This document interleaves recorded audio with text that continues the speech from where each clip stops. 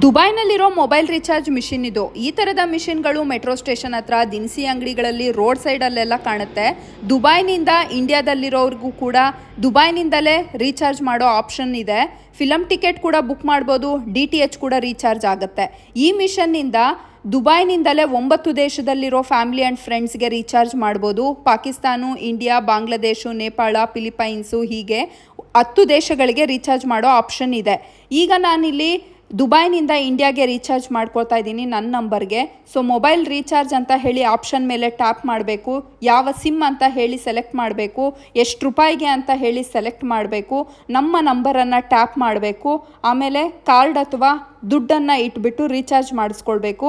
So within a fraction of seconds recharge ಆಗುತ್ತೆ. ಆಮೇಲೆ ರೆಸಿಪ್ಟನ್ನು ಕೂಡ ಕಲೆಕ್ಟ್ ಮಾಡ್ಕೊಳ್ಬಹುದು. ಆಲ್ಮೋಸ್ಟ್ ಎಲ್ಲ ಮಿಷಿನ್ಸೂ ಪವರ್ ಮೇಲೆ ವರ್ಕ್ ಆಗುತ್ತೆ. ಕೆಲವು ಕಡೆ ಇತ್ತೀಚೆಗೆ ಮೆಟ್ರೋ ಸ್ಟೇಷನ್ ಹತ್ರ ಸೋಲಾರ್ ಪ್ಯಾನಲ್ಸನ್ನು ಕೂಡ ಹಾಕಿ